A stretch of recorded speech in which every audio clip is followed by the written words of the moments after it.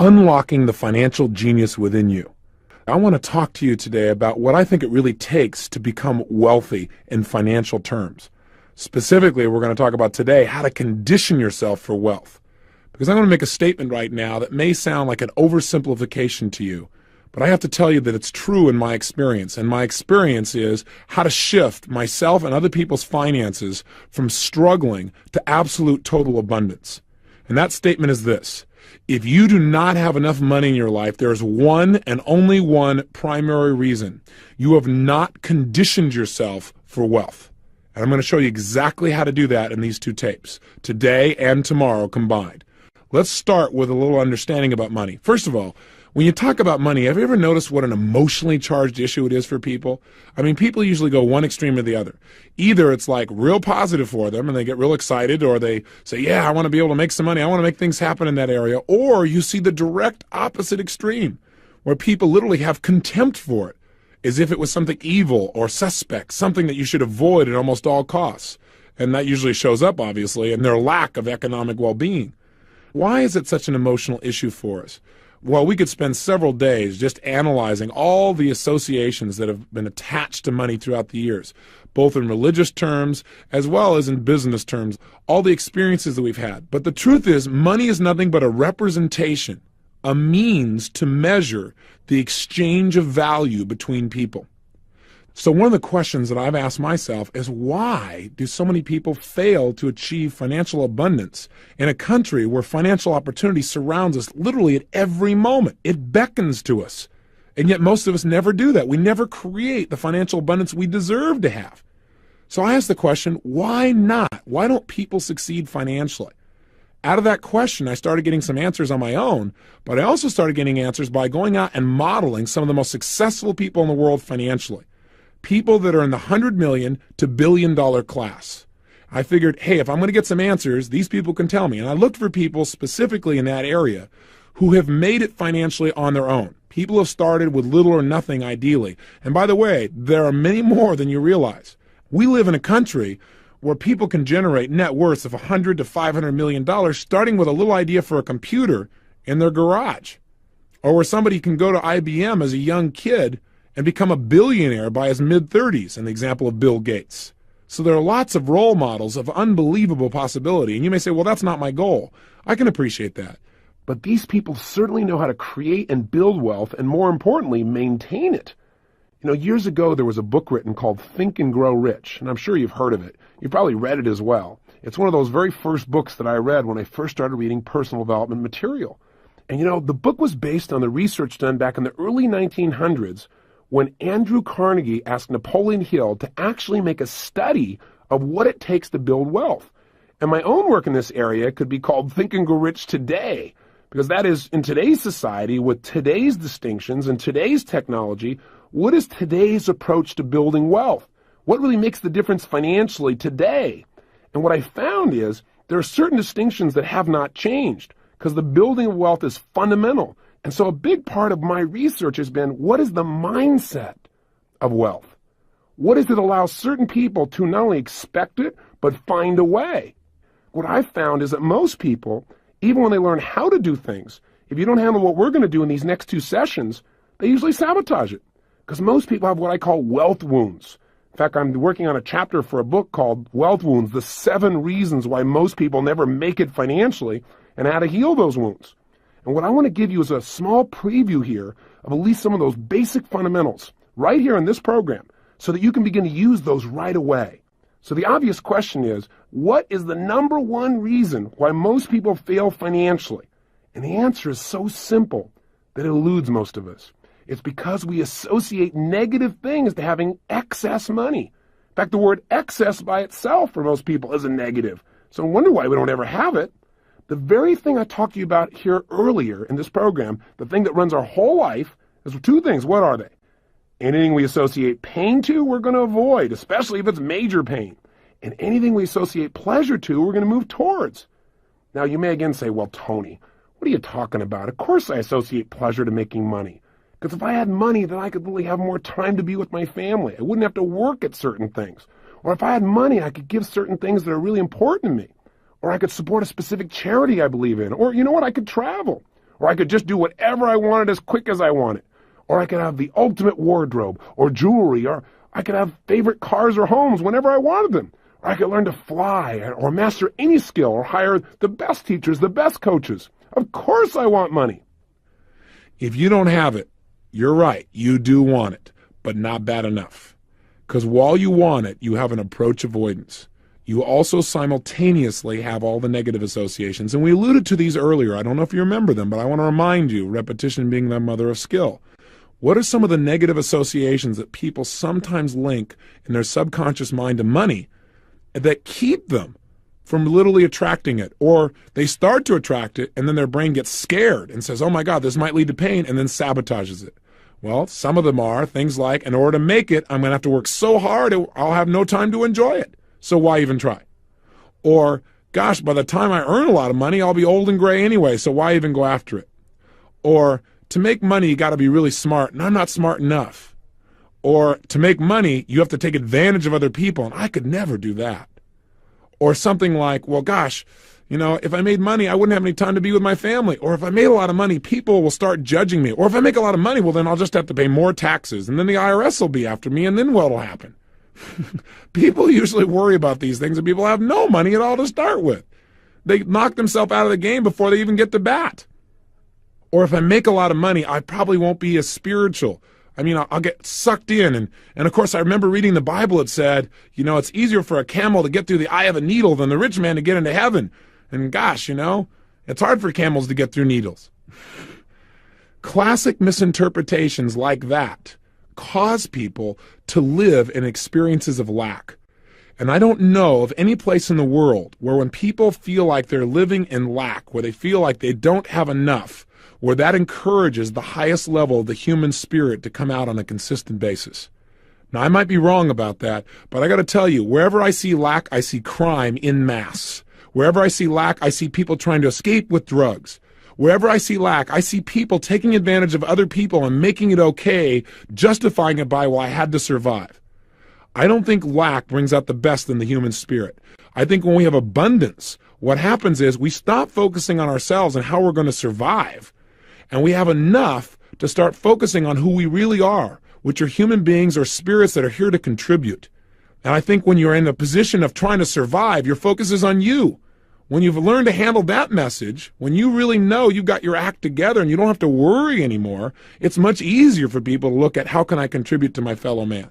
Now, I'm not saying that you can't come from a position of lack and be a contributor. Obviously, you and I can name after name of people who have been able to do this and are role models of possibility, even though they grew up with nothing financially and never had anything. So I'm not saying money's the only answer. I'm just saying in this culture, in this time, if you had a choice between having it or not having it, why not go for it and have it too?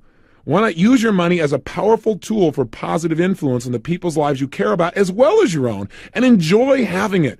Get off the guilt trips that have stopped you in the past.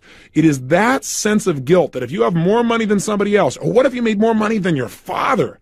Oh my gosh, God, what a wound that would be. It's that kind of thing, those negative associations that are keeping you from having what you want. So if you do not have all the money you want in your life, you associate more pain to having more money than you have now than not having it. It's that simple. Now, with the technology that we've learned, you can condition yourself to change those feelings and those beliefs. And we're going to talk a little bit more about that on the next tape. But I want you to know that is the number one reason that most people don't succeed financially, according to people that are most successful in the world at obtaining, maintaining, and building wealth. Here's the second wealth wound. And by the way, I picked those words very specifically. I want you to get a clear picture that if you don't master and handle the 7 things I'm about to talk about, then every single day you're probably experiencing a financial bloodletting.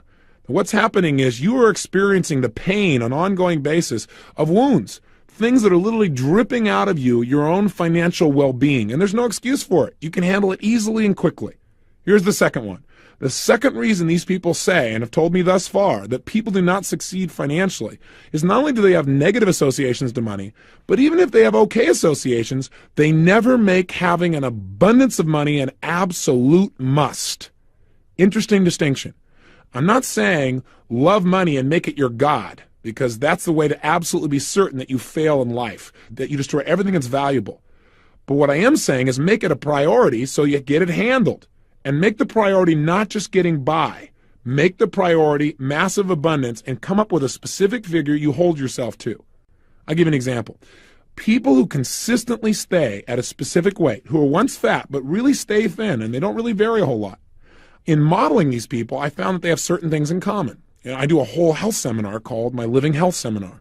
But just to give you an idea or a distinction, the one thing that they all have in common is they have decided upon an ideal weight, a weight that they must be at.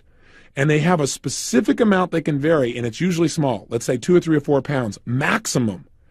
If, for example, they say, I'm going to weigh 235 pounds, and all of a sudden they creep up and they see they're at 238 pounds, instantly they do whatever it takes to get back to 235, because 235 for them is a must. Do you follow me? The same thing has to be true for you financially. You've got to have a certain level of finances that you must be at. And if you ever vary, you've got to do something about it immediately. Otherwise, you get caught up in what we call Niagara's current, right? Where day to day, you just get caught up in making a living and doing things and putting things off, and it doesn't happen. So the only way you're going to succeed financially is when you decide on a specific amount of money that you must have in your life. And it must be well beyond what your absolute needs are. So in other words, what I'm asking you to do is take something that seems right now to be an accessory, money, and make it a necessity. Find an amount of money that would be considered abundant and make that not only abundant, but a necessity in your life. You follow me? That's critical if you're going to have long-term wealth financially. And if you don't do this, there's no way you'll be able to have the amount of money I know you'd like to have in your life.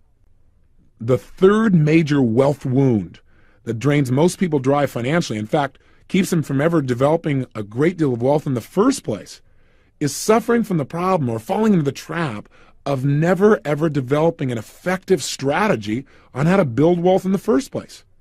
I mean, listen, if all it took to succeed financially was for you to associate lots of pleasure to having money, pain to not having it, in other words, you really made it a must, and that was it, then we'd all have it. But see, that isn't enough. If that's all it took in life to succeed was absolute passion for something, then every kid would have had a pony when he was growing up. That's not quite enough. You got to have an effective strategy. Hey, if you're running east looking for a sunset, you got a problem. I don't care how enthusiastic you are. So you've got to develop strategies on how to, 1, attract money into your life in the first place. How are you going to create that initial income? 2, how to manage that money so that you can invest it and get money to be your slave instead of you being the slave to money.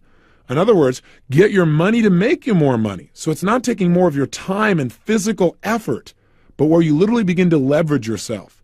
And then 3, strategies on how to share money. So it gives you a tremendous amount of joy. Because to me, that's a strategy that's critical also. Otherwise, why are you going to keep getting it?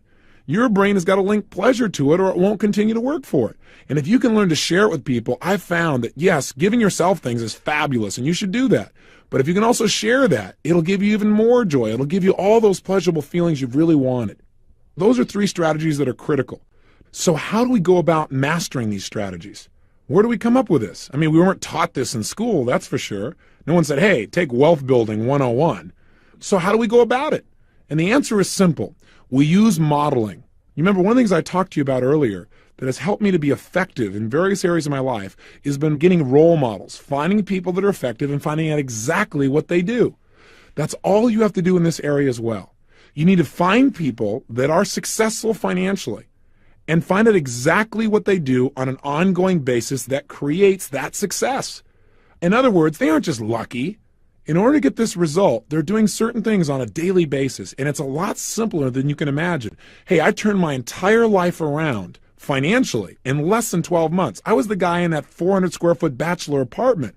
12 months later, I had $1 million net worth. That's not a small turnaround.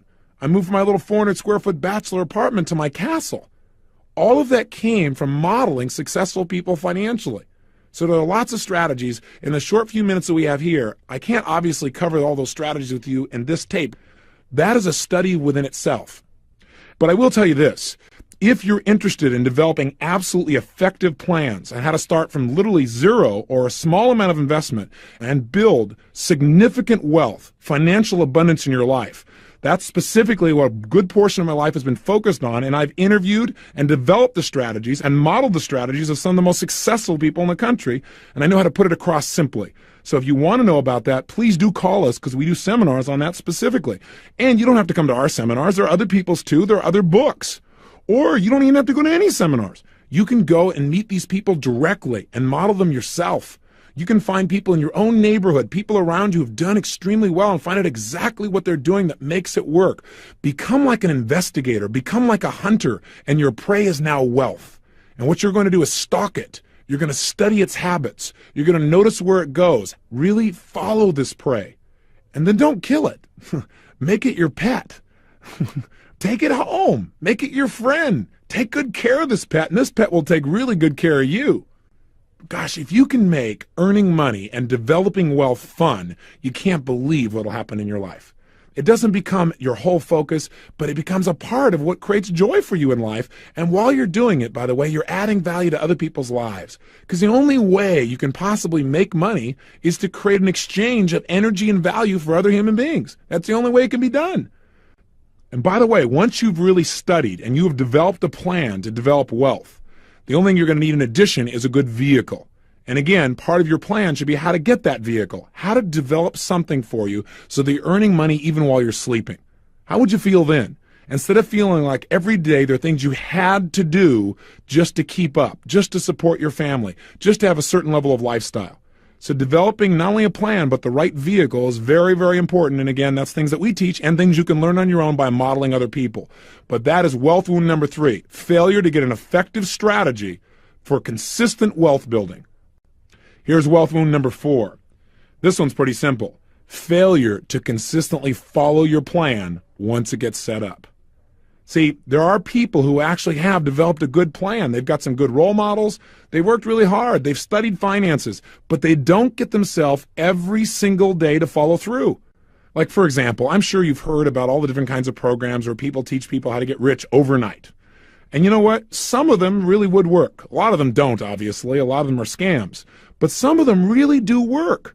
The problem is people don't work them. They go to a seminar and they learn how they're supposedly going to build something financially, but they never follow through. It's mind-boggling. But the problem is they don't have what we're teaching you, which is how to get yourself to follow through, how to condition yourself so you consistently take those small steps that create huge financial abundance. I mean, one of the simplest examples that I can give you is one you probably already know about, but the question is, have you followed through on it? And that is the whole principle of compound interest. You're familiar with it, aren't you? Gosh, if you're not, you need to introduce yourself to the principle.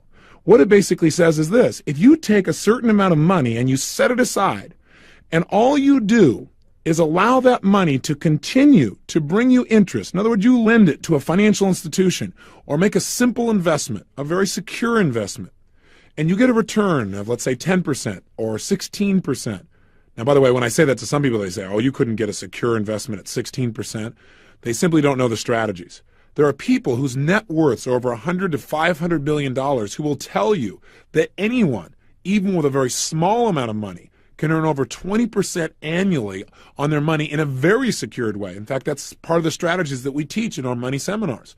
But the point is, let's just say you took a small amount of money. Let's say, for example, $325 a day, $100 a month. And all you did was invest that and got 16% return on your money. And all you did was do that every single month. In other words, every day you followed your plan. You put a little $3.25 away, $100 a month, and you invested it at 16%. What does that mean if you don't take that money out and you really stick to your plan? Answer: after 5 years, what you have is $8,000. After 10 years, you have got $21,000, just at $100 a month. After 15, over $41,000. After 20 years, you got $75,000. And after 25, you've got over $125,000 by investing $100 a month. Now, maybe that's not going to make you wealthy within 25 years, but we're talking about a simple little thing you could do every day that would be absolutely painless. Hey, let's say you decided to be a real big spender. You said, I'm going to be a major investor. I'm going to put a big $6.50 away a day. That's right. I'm going to cut down on a few Pepsis. I'm going to cut down on a few boxes of cigarettes, whatever it is that you'd spend that on, and I'm going to actually put that away and invest it each month. That's a whole $200 a month in investments. Again, at 16%, check this out. After 5 years, at only $200 a month, $6.50 a day, you've got almost $19,000.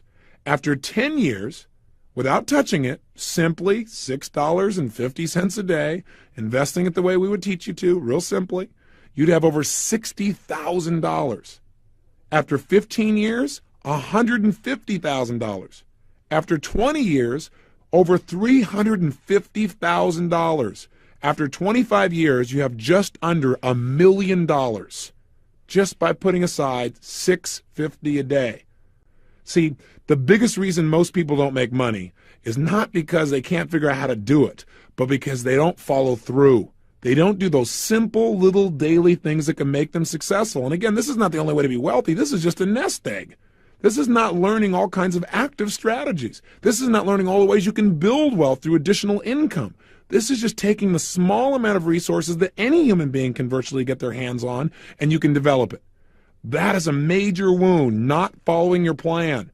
Obviously, what we teach you is how to be able to get yourself to follow through in anything, especially a financial plan. Here's wealth wound number 5, relying on experts. You go, what do you mean, Tony? I mean, who else can I rely on? Take a wild guess. Yourself. You've got to get to the point where you have enough expertise that you can make your own financial decisions. If you don't, you are going to experience a major financial wound, and it may kill you financially. It may destroy you financially and create something like bankruptcy. I'm speaking from experience. I was in a position where I thought, I don't want to have to deal with this money stuff. I don't care about money. I just want to go out and help people and do my thing. Yeah, well, I got a company and stuff, but let somebody else handle all that. Well, I let them handle it all right. And I woke up a few years later, $758,000 in debt. I mean, try that on for size. When you've been working and doing 270 seminars in a year, every day giving 100%, caring about people and not paying attention. And I got good advice from good people. But the bottom line is they gave me advice that wasn't effective. You've got to know. I'll tell you another area you better become an expert in, and that's taxes. Because the tax laws are changing so often, and even the experts who are supposed to be able to tell you exactly what to do can't agree. So either you give up and hope everything's going to work out well. The IRS won't buy that. If there's a problem, they're going to come see you, not your accountant. So if your name's on the line, you better know what's going on there. Otherwise, you could get yourself in big trouble. And if you know what's going on, you can pay the appropriate amount of tax and not more than the appropriate amount of taxes that are out there as well. Hey, listen, you want to know how important taxes are? 1/3 of all the wealth you're going to earn in your lifetime goes to the government in taxes. 1/3. Best you learn to manage that effectively and not overpay. That's not being intelligent. That's not being patriotic. Listen, if you want to help your community, take that money and invest it directly in a charity or something you really care about directly. Don't overpay simply because you don't know what the rules are. Just remember, you're going to spend more money on taxes than you'll spend on your children's college education or virtually any other investment you're going to make in your life. So it makes sense to understand this area. Again, I'm not saying just go out and only be a self-study and don't get any input and don't get any advice.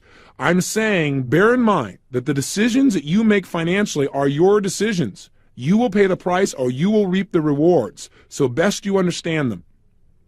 Wealth wound number 6, financial complacency. Hey, if you want to make sure that you absolutely fail in life, the quickest and easiest way is to begin to rest on your laurels. That is to get so comfortable that you stop paying attention. You stop doing the things that are necessary that create success. It happens with your physical body where you start to take it for granted. You don't exercise anymore and whammo, you pay the price. It happens in relationships. You go, well, the person knows I love them, and you stop expressing it, and all of a sudden the relationship begins to deteriorate. There is a law of life that we must never forget if we want lifelong success, and that is whatever you fail to use, you lose. Remember the Bible story of the talents? Remember the great merchant? One day he knew he was going to go on a trip and be gone for quite some time, and he wanted to make sure that his money, his talents, which was a measure of silver in those days, was going to be invested effectively, that in fact he would prosper even while he was gone. A very wealthy and bright man. He decided to entrust his talents into his 3 servants. And he brought the first servant in and he explained that he'd be leaving. And then he said, I'm going to give you 5 talents. Please take care of them while I'm gone. The second servant he brought in, he said, I'm going to give you 2 of my talents. I'll be leaving. Please take good care of them. And I'll be checking in with you when I come back to see how you've done. And again, he did the same thing with a third servant, giving him only 1 talent. When he finally returned, he called each of the servants in one by one to see how they'd done with his talents. The first servant came in and said, "Sir, I took the 5 talents you gave me, and I traded them, and I used them, and I invested them, and they have multiplied. I now have for you, sir, 10 talents. And the master said, "Well done. That's excellent." He brought in the second servant. He said, "What happened with you?" The gentleman said, "Well, you gave me 2 talents. It's kind of scary out there a little bit. I went out there, some people tried to steal one of the talents. It was kind of tough. But I hung in there, I pushed real hard, I made some wise investments, and sure enough, I've doubled the talents. They've gone from 2 to 4. And the master said, "Well done. That's excellent." The third servant was called in, the man who was given 1 talent. He came in and the master asked him, "What did you do with the 1 talent I gave you?" He said, "Sir, well, you only gave me 1 talent. So I couldn't afford to take any chances. So I thought I'd protect the talent by taking it and wrapping it in a napkin, and then I buried it. That way nobody could steal it." The master turned to the servant and said, "You, sir, are a wicked and slothful servant," which I guess means he was kind of upset with him. And the bottom line, he said, "Take that talent from this man and give it to the man who has 10. Now you might say, well, that's not very fair. Hey, nobody said life was fair. But in reality, those who do well with what they've got will be given more. And that's the first lesson to get from the story. I think the second lesson is, lots of people, when I talk to them about wealth wounds, why they don't have money and how they can turn it around, the first thing they tell me is, I don't have enough to do this. I don't have enough to invest. Listen, you don't have enough not to invest. You must find a way. Otherwise, you will never have what you want. Bearing what you have will not give you more. It will cause life to take away what little you do have. So the message is, right from the Bible itself, if you don't use what's given to you, you're going to lose it, period. You've got to make sure that once you start to succeed with your wealth, that you don't sit down on it. Because see, if you don't actively try to build more, you're not adding more value to other people. The only way to multiply your wealth is to invest your money, which creates more opportunity, more possibility for others around you. Otherwise, what you're doing is hoarding, and it will be taken from you. Make sure you don't get so comfortable that you stop focusing. Financial wealth comes from consistent focus on how to continually create, maintain, and build your financial foundation. So we've talked about 6 very powerful wealth wounds, things that drain our capability financially and cause us to erode the foundation of unlimited financial possibility and freedom. What's the 7th one? Well, let's imagine that you've handled the first 6 and you've really done well and you've built something up. And now you finally have got something here. You've really built some wealth. You've got a major foundation here. You got some freedom. And then one day something happens you never anticipated. Something happens you never thought would happen in a million years. You have what we call a minor disappointment, like losing 50% of your wealth overnight. Or like being in the stock market one October day and seeing all that you've worked for dwindle down in a matter of hours. How does this relate to wealth wound number 7? Well, number 7 is what kills most people even after they begin to really succeed. It's the final kicker that if you can master this wound, if you can patch this wound up and heal it, you can remove all the scars from your financial body and actually get to experience what it feels like to move in the world we call wealth, abundance, an unlimited sense of possibility in your ability to create opportunity for yourself and the people you care about, the opportunity to have influence in your lifetime. If you can heal number 7, you get all of that. If you don't, all of a sudden everything you work for drops out. And wealth wound number 7, I'm sure you've figured out by now, is allowing financial crisis to turn into financial ruin. In other words, I don't care who you are, how bright you are, how successful you are, how hard you work at being brilliant financially, I can guarantee you one thing. You're going to have some major learning experiences. Remember earlier when we said that success is the result of good judgment, that good judgment is the result of experience, and that experience, unfortunately, is often the result of bad judgment? I can guarantee in your lifetime there are going to be places where you have bad judgment. The best financial managers have bad judgment. There are things you cannot control. If when those crises occur, no matter how bad they may seem, you allow that to become the completion of your financial picture. You say, why even try? Or here, I did all this and this is what I got rewarded. Or gosh, I can never invest again because I tried this thing one time and I lost all my money. If that happens, you have the ultimate wealth wound. In fact, you have a dagger that will murder your financial future. The bottom line, that may sound harsh, but it is real. This is the one that kills most people. They go, well, I tried this one thing one time, so gosh, I can't do that again. Or I tried this thing and I gave it all and this is what happened, so I better not do anything again. And you know what? That's called death rattle. It'll never happen. They'll never have what they want financially. You've got to be like a rubber ball and bounce back up and learn from what happened there and reinvest wherever you are. Remember the key belief system I shared with you earlier. The past does not equal the future. If you believe it does, it will control your financial future. You must get up and take another cut at the ball. Hey, Babe Ruth struck out more times than anybody in baseball history, but he also got more home runs. You got to be willing to get up there again. If you focus on the failure, you'll never have what you want. You must take financial crisis and learn to transform it into financial opportunity. Through the new distinctions you have, you'll be able to accomplish much more, but you do have to have a little thing called faith. And I know that doesn't sound like a financial term, but the bottom line is without it, you'll never make an investment in your life and you've got the ultimate wound. Every religious book on the planet talks about the power of faith. With the faith of a mustard seed, what you can do. I'm not talking about blind faith. I'm talking about learning from situations and then taking new action in a direction that makes sense. You must heal the seventh wound in order to ensure your future and create ultimate financial freedom. It's within your grasp. So what I've offered you today in this tape is a very clear look at the reasons for financial failure. What I want you to do now is to handle these things in advance. The time to handle a problem is before it ever comes up.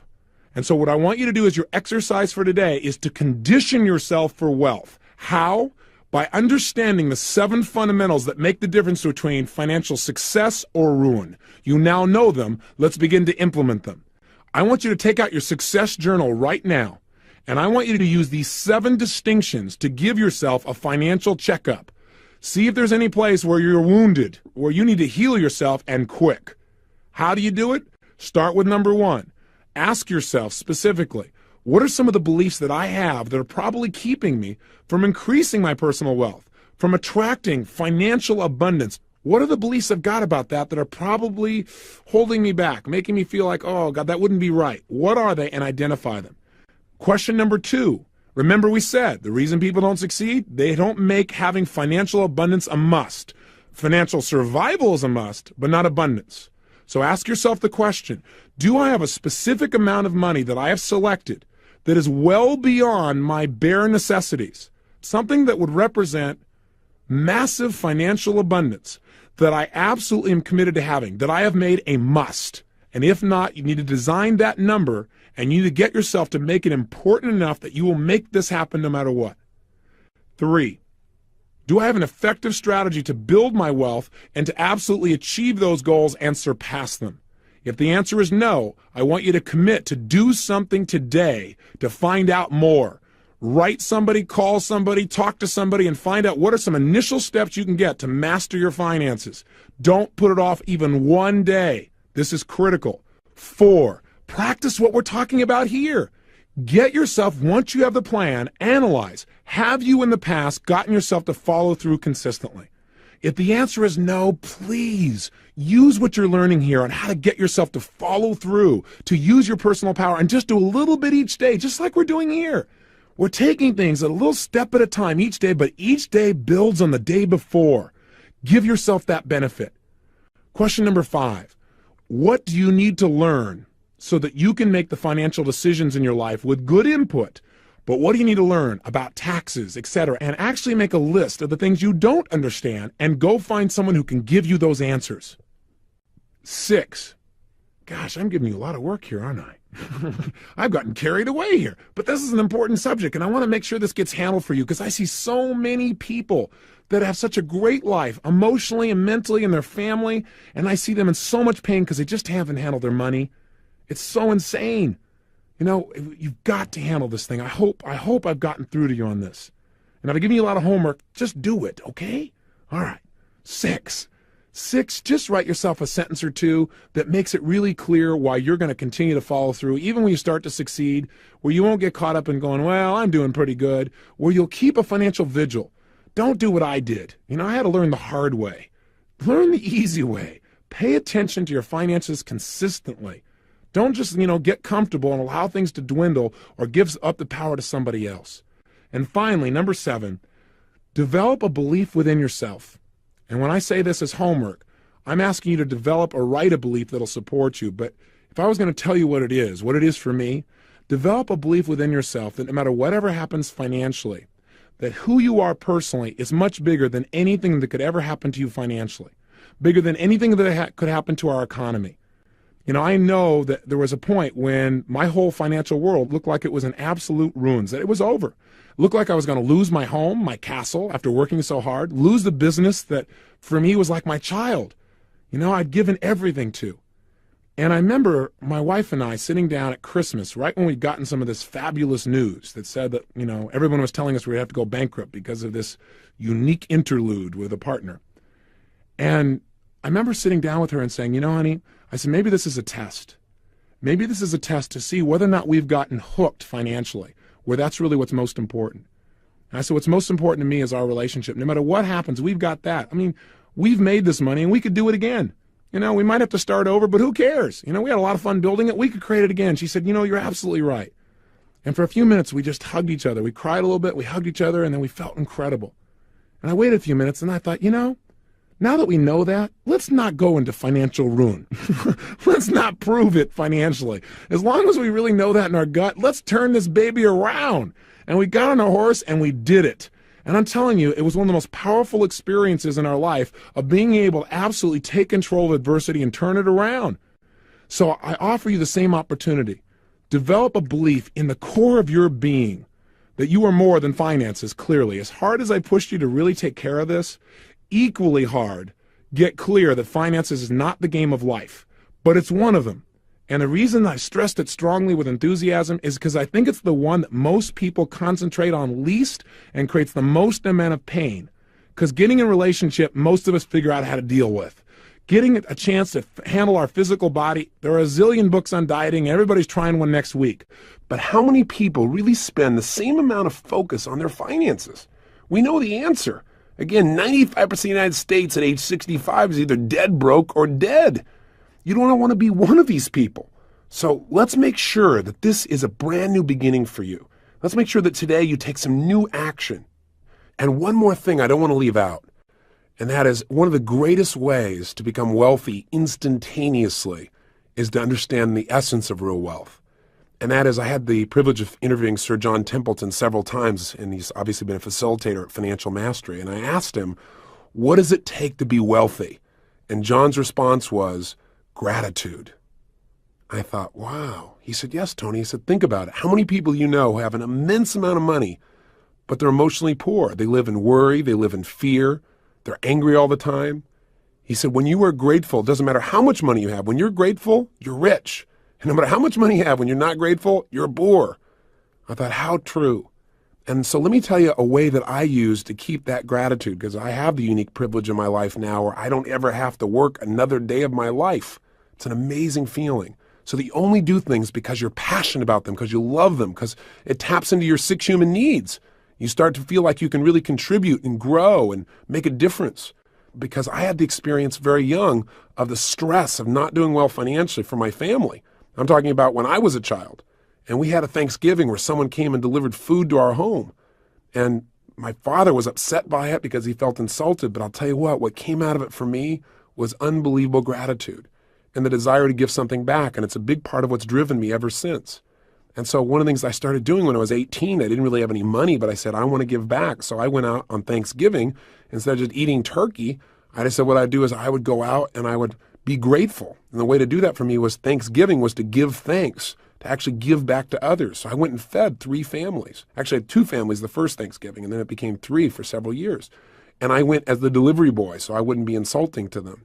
And it was the most incredibly rich experience for me because it reminded me, number one, that I was capable of not just taking care of myself, but taking care of other people too.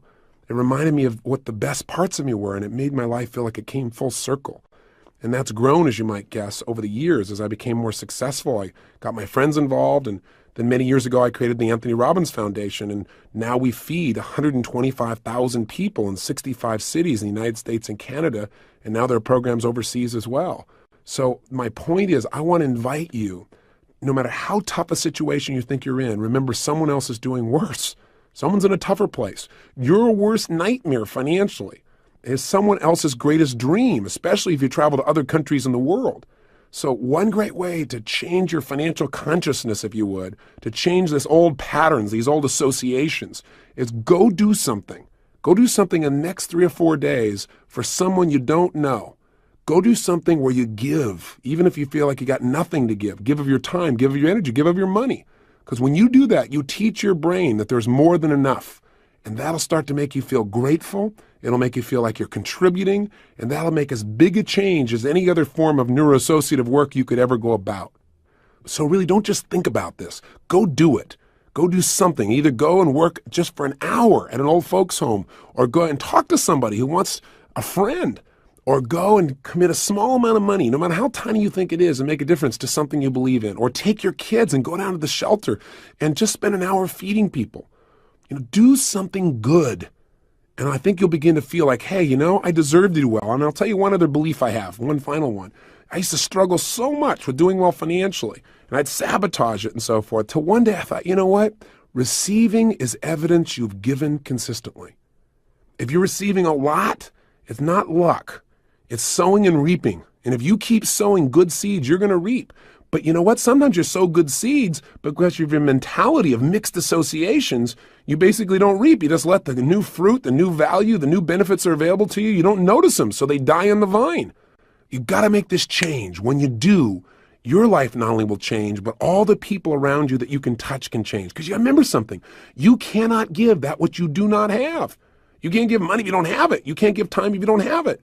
And if you get this area handled called abundance, the richness of your life just jumps. And you'll find that all this is synergistic. When you do well in finances, if you've worked on the other things we've talked about already, you're going to get some real synergy, some real momentum, and everything gets better. So please take this seriously, focus on this. And if you're looking for tools, like you say, okay, Tony, I've made the mental change, how do I go about making this work? Well, then let me give you a commercial. Come to Financial Mastery. I mean, I know I sound like I'm promoting it. It's because I guess I am. Because I really believe in it from my heart and soul. We got people from 42 countries who come together. Some are incredibly wealthy.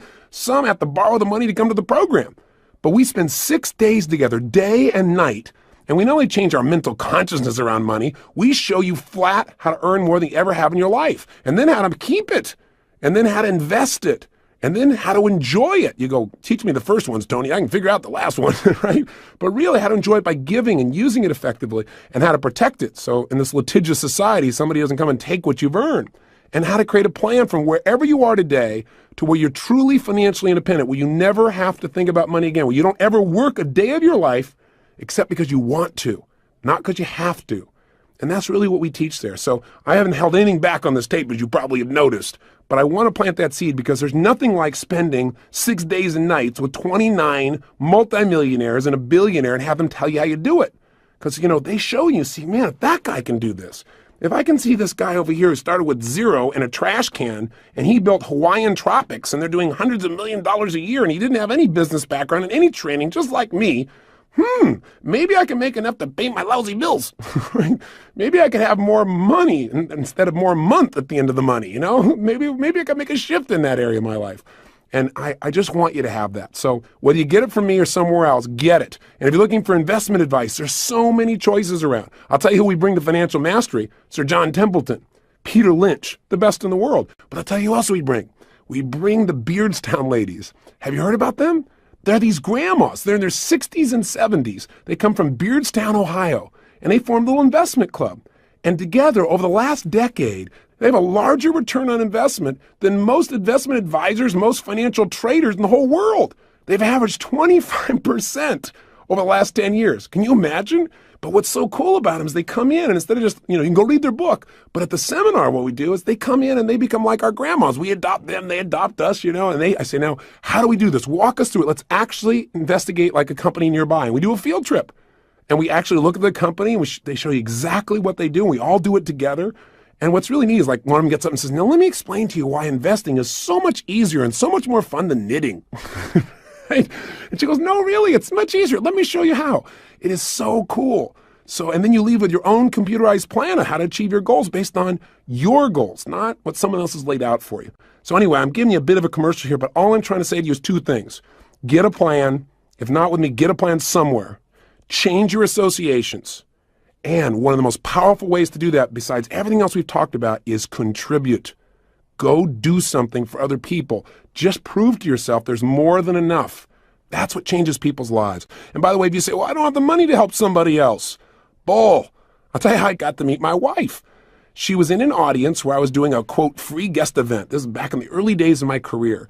And someone raised their hand and said, well, I'd like to go to that seminar of yours because I think it would teach me a lot, but I don't have the money. And I said, let me tell you something honestly from my heart. If you don't have the money to go to this seminar, then you better go to this seminar. And the guy looked at me with a blank look on his face. I said, really? I said, because nothing's going to change until you learn the very tools I'm teaching you. You got to make the investment in yourself. You can't get to where you want to go by studying people that are struggling or people that are just doing okay. You got to get to people who are doing it the very best. And I said, what I'm teaching you is what others taught me. And I had a struggle to get to their programs. But I said, it really make a difference. And you know what? My wife said, I got to find out years later, she said, I wasn't going to go to that seminar. But when you said that, I thought, I don't have the money, but that makes sense. So I say to you, if you say you don't have the money to go help somebody, you can't afford not to. You can help somebody. And the minute you do this, the minute you reach down deep, you find a way to do for someone else or do for yourself, but especially when you find a way to do for someone else, you teach your brain there's more than enough. And that's what a lesson I want you to get from this tape. I want you to change it. I want you to see that wealth is abundance, and abundance usually causes more of the best of us to come out. Remember, money will make of you more of who you are, and if you're good, it'll give you more to be good with. So let this day be a brand new beginning for you. Take some action today that shows that what we've been talking about is real for you. Go out and do something unique for someone else, or make an investment in yourself, or make an investment, or go get a plan, but do something. So your brain starts saying, hey, he or she means it. They're going to follow through this time. Let's get some momentum, because little actions, a phone call, a book, a tape, a seminar, an action, something will get you on a roll. So make it a day of new birth in the financial realm, a new dawning of your financial stability and your financial power, and let yourself start to become a role model for the people around you of what abundance is: mental, emotional, social, physical, spiritual, and financial. That's really my message to you. Go through those 7 questions. Take a real good look, eliminate the wounds, and let's move forward. And when you come back tomorrow, what we're going to do is we're going to deal with what I consider to be the final barrier to most people doing well financially in the long term. Because some people start to do well and then they sabotage it. So take my challenge today. Mark this day as the beginning of your ultimate financial freedom and have some fun with it. Enjoy the process. So until tomorrow, let's expand our minds. Let's attract all the money you deserve. Let's move our life to a brand new level. And most importantly, let's live with passion.